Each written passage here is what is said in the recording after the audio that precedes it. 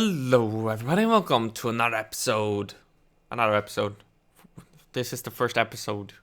Another episode will come later. So this is the first episode. Not even episode, what am I talking about? First video on a game, Sea Legends. So as some of you might know, I am a fan of the Age of Sail. I love the ships. I love sailing. And Sea Legends is a game about the Age of Sail. Again, this is by gamelabs, same guys that made Naval Action. Hate it or love it. We're not gonna get into that here. We're going to take a look at what Sea Legends is and some of the reasons maybe why I think this is a good direction from Naval Action. Some of these opinions are personal opinions, but let's get into it. So what is Sea Legends? Well, it's just Age of Sail. So we're gonna go through all of these pages. You can read this if you want. The website name is sea-legends.com. It's a bit difficult to find since there are other Sea Legends things. There was even an earlier Russian game, I believe, Sea Legends. So let's go in. Let's begin with career. So you can say what you want about gamelabs, but I do love these paintings that gamelabs does. It looks on point. And this is a lynx, what looks like a lynx, being chased by some sort of frigate. A British lynx, I should add. Apologies for that. I hope you won't mind this. So, in the early games, there are two careers. You have smuggler and privateer. So, the smuggler, well, it does what you do. You smuggle. So, what's new about this is you actually have to think about weight and dimensions. And I believe you are able to place your cargo in different, according to this, places. So like, place your cargo incorrectly and you slow down in the worst possible moment. So what would be interesting is if it went to the extent where like, if you had cargo too far in front or too far behind, it would actually influence like the boat's tendency to want to go into the wind or away from the wind. It's a real thing. And apparently you also have to take care of wet ships and dry ships and all of that. That's pretty cool. And yeah, you have to be, you have to smuggle. And it's a single player experience. Asterisk. Multiplayer options might be added later. And that is one thing, but we'll get into that later, that I like a lot about this idea. And of course the next, which is most appealing to me, privateer. So yeah, you do what privateers do. You capture other people, other ships, and you have fun. You're doing it for plunder, not patriotism. So I do wonder what kind of ships will be available, and hopefully you will be able to get some nice, big, meaty ships of the line. But as a privateer, of course, I doubt it. But I do love my ships of the line just for the massive firepower. And I believe there was, there's some. I believe these are. They look like heavy frigates, rather. Actually, never mind. A lot of ships here, though. So. Here are some features. You have realistic 18th century sailing, and I have to say, the sailing in Naval Action was already pretty good. Individual sail control, expected, same in the Naval Action. Ballast and cargo placement, okay. Closing gun ports in rough weather. Now this might be interesting. This was mainly an issue on ships of the line, so maybe, let's not go into there. But I hope we will see ships of the line, but it is a fact. You close the gun ports to avoid water.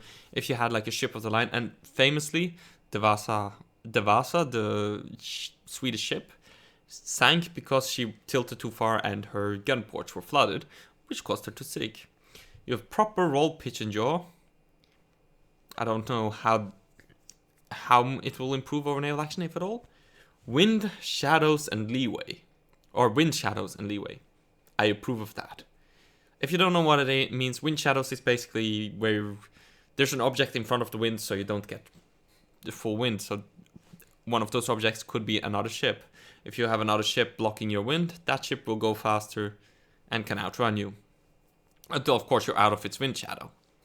Anchors, that's a useful thing, because you want to anchor around ports, I guess. I don't know how the port system will be. We'll see.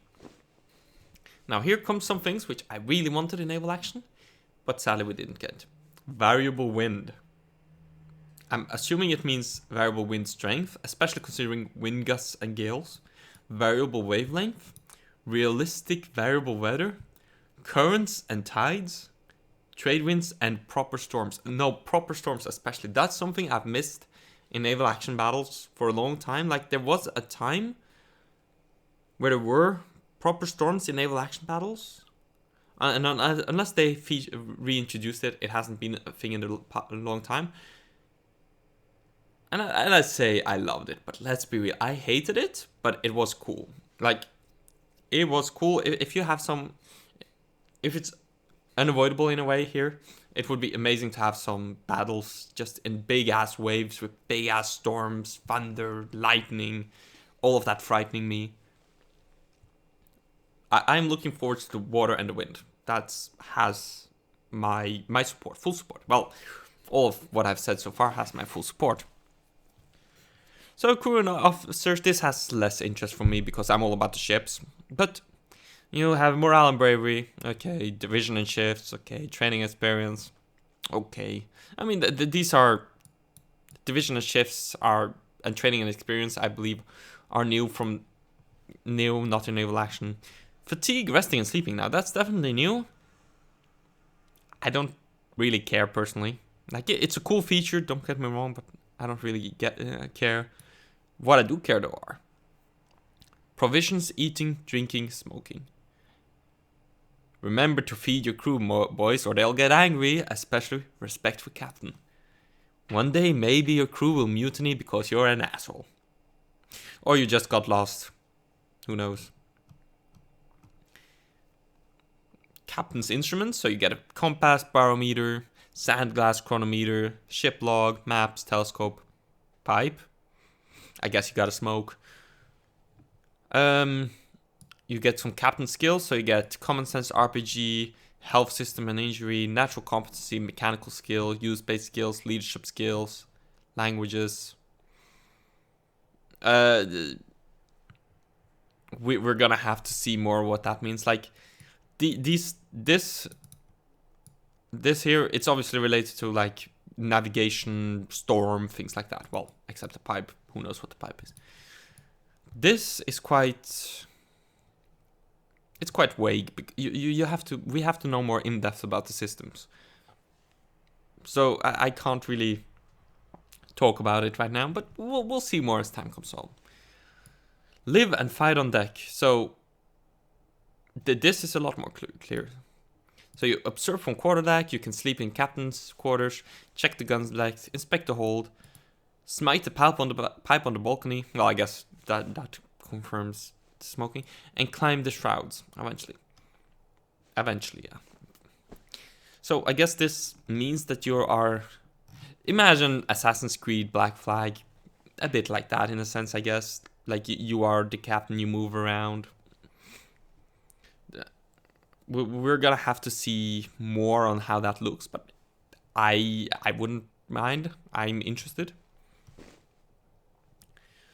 So, some ship characteristics. Some hate them, some love them in naval action. So, ship stats have to be discovered from sailing or from previous owners. Captain skills allows to discover some flaws over time. And ships can gain fame in combat and be named. Naming is nice. And ships rot and cannons can rust. So, they do age. You have stiff versus tender, wet versus dry, jaws or holds course. Oh, maybe they do have a bit thing. Leewardly or weatherly. Now that's especially important with like currents and tides and stuff. And it does add some interest in, of course, a lot of ships, like especially Dutch ships are notorious for this. They're not very weatherly since they have a very shallow draught. Just as an example, but that does add a lot of more interesting stuff to the ships. So ship damage and loss. Deepest stress-based damage system for hull and rig. I don't know. Variability of ship loss, sinking from various type of stress, damage, or seamanship mistake. So, hey, that confirms mutiny.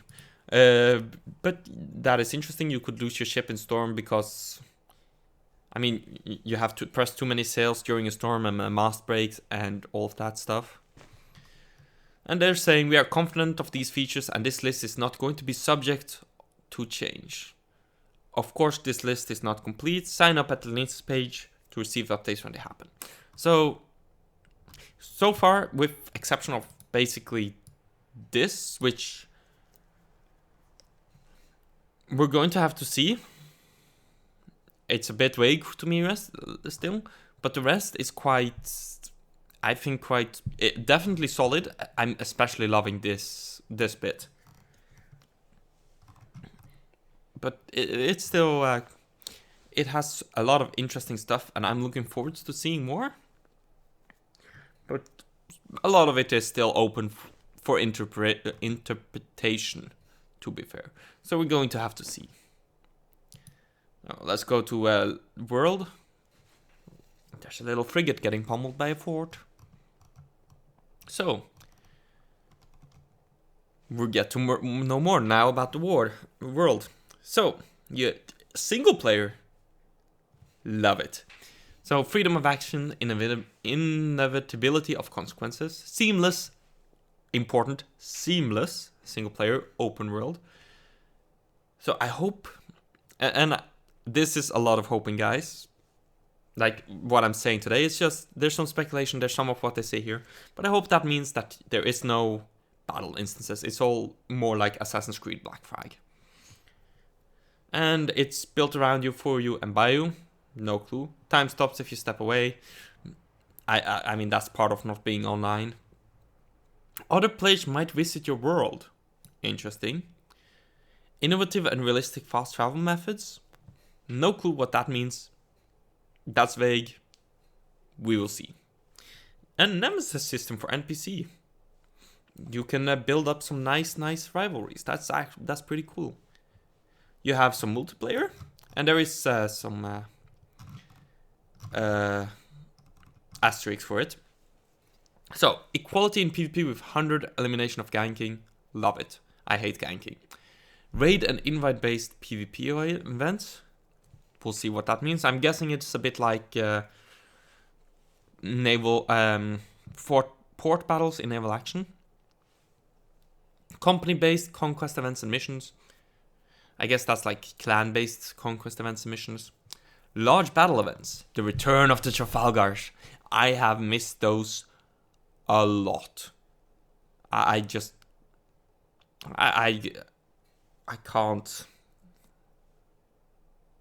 can't even, like, they used to be a lot of fun. I miss them.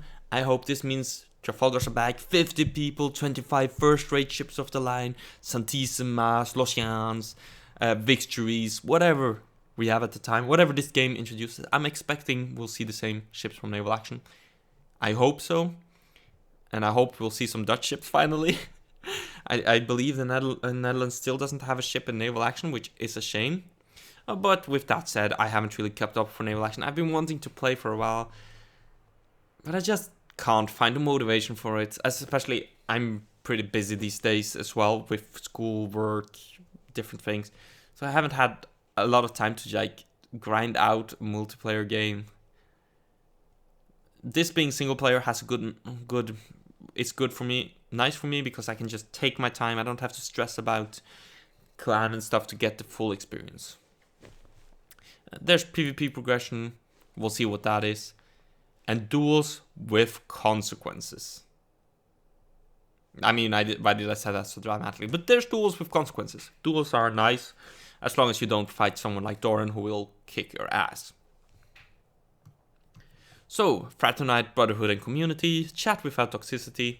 I'm guessing there's moderators involved. National and clan admiralty moderators elected by nations. So there is some moderations, the community moderation. And common social area, taverns with musicians and games. Wonder what kind of mini games this has. Bazaars and trading houses, and admiralty. So I'm guessing this as we saw in Seamanship, this is part of like the character being its own little thing. We'll see what they bring with that. It's not my main interest personally.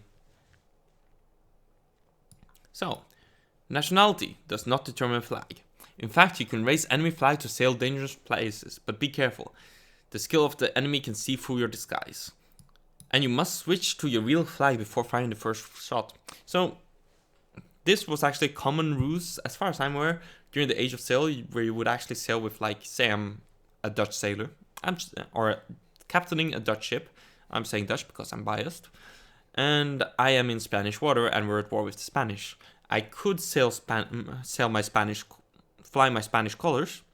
However, a common thing was if you fired your first shots with another flag than your own, it would be counted as an act of piracy. If I were to lower my flag and raise the Dutch one, perfectly fine, everybody does it. But don't, under any circumstance, shoot with a flag that's not yours. You're going to be hanged as a pirate. National reputation systems, national currencies and currency trading, and shady organizations.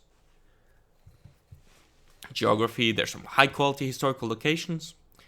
Locations during testing and development is British Channel and parts of the North Sea. Netherlands, let's go. Parts of the Mediterranean.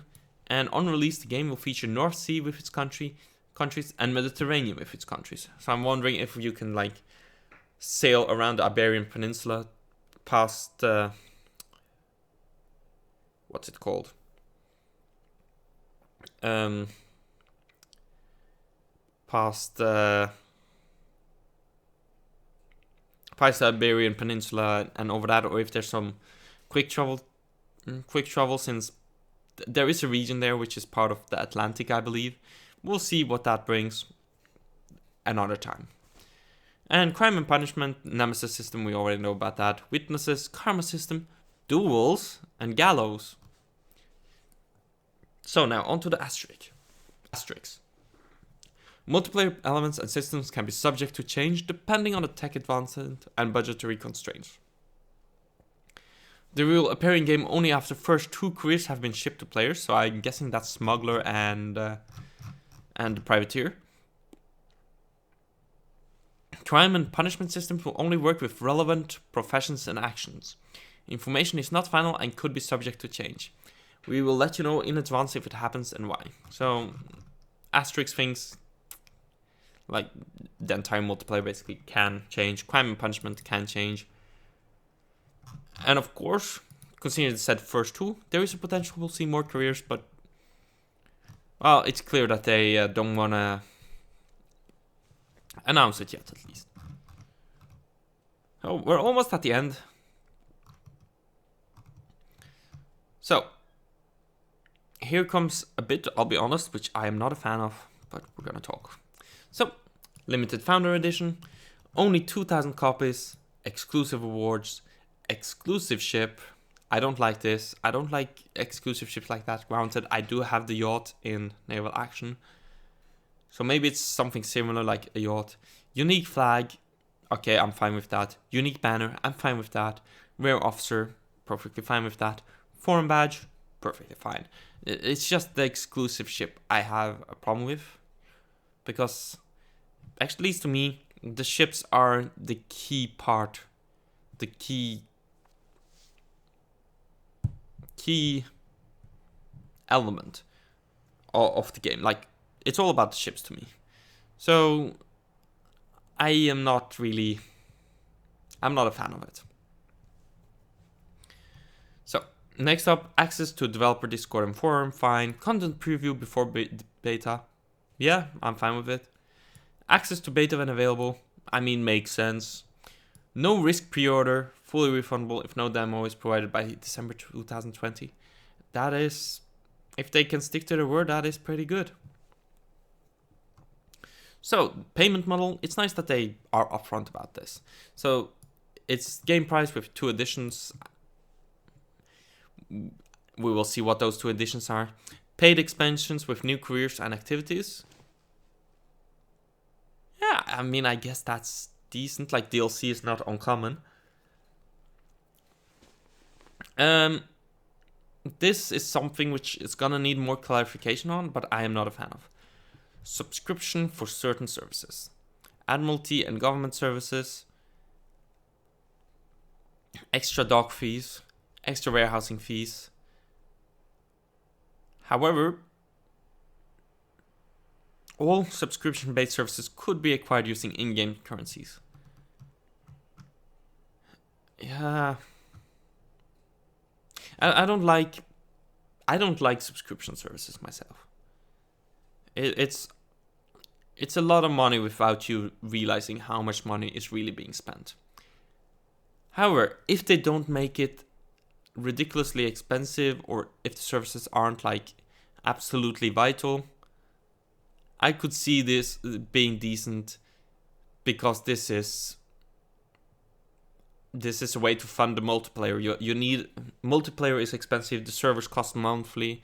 You need to have some income to keep them running. So I will hand it to them.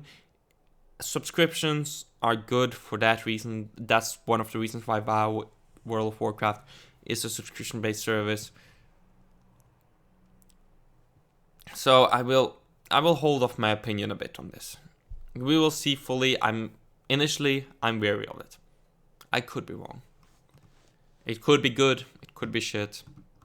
I'm wary of it. We will see. So, careers and ruined lives. As if my life isn't ruined already. I did that on my own. New content will be delivered in form of expansions.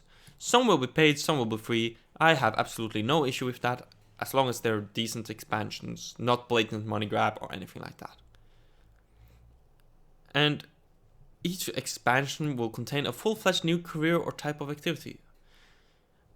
I mean, shipbuilding career, rum maker activity as examples. Like shipbuilder career could be interesting. Rum maker activity, it seems a bit shallow, but like rum maker as a free expansion, I mean, go for it. It's an excellent.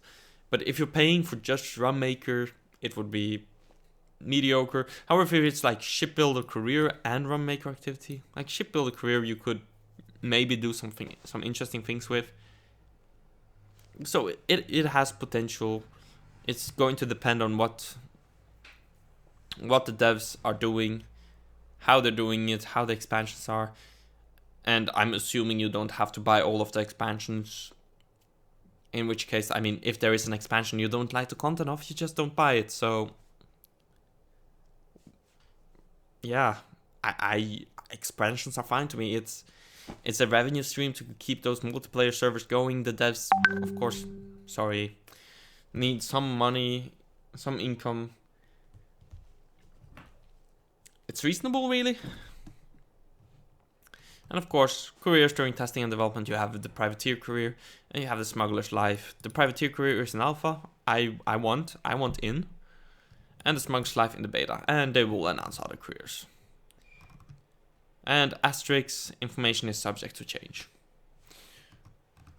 So yeah, Sea Legends. I'm not gonna lie, it has my interest. It's an improved from what we see, it's an improved single player naval action. And I mean, I want it. I like the idea of it. There's a couple of things that have me a bit weary, like the exclusive ship, although let's be honest, I'm probably going to get the limited Founders Edition. Let's be honest. The world, there's some interesting stuff there, there's some less interesting stuff for me there. Large battle events probably has my biggest interest. If I can sail those Trafalgar battles again, oh, that would be amazing. I'm of course interested in how they define seamless. If I can like sail from, well, they did say the North Sea from say Rotterdam to I don't know, Portsmouth,